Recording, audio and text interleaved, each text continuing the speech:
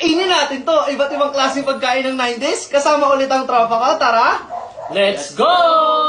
First, yung bubblegum. Pero syempre, bago namin kainin yan, don't forget to follow us and comment sa comment section. Next kakainin namin, ha? Kuha na kayo. Akin to.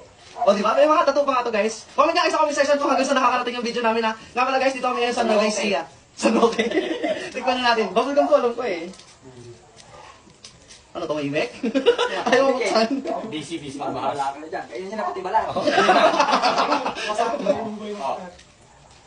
Ano, Francis, di ba rin tapos? Kayo mo. Next naman, yung Jelly Ace. Tikman na natin. Bakit ganon? Wala Kung na. bata lang to. Ay natin, gusto. Ayaw mo palukas. Ayaw nga eh. Ayaw na nga. Bukas na. Ay, yung kanyang higo.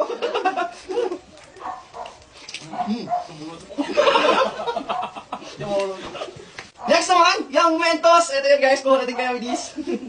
Hati tayo. Pag nagbubukas seryoso. Siyempre ah. Hindi nga mukha. Harap. Bato. Lana.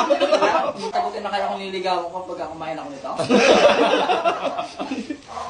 Next naman, yung Dede or pacifier. Nakakain ba yan? Pero syempre guys, naganap ako ng pang-alternative dyan. Ito, iba't ibang klaseng pacifier candy. Ay.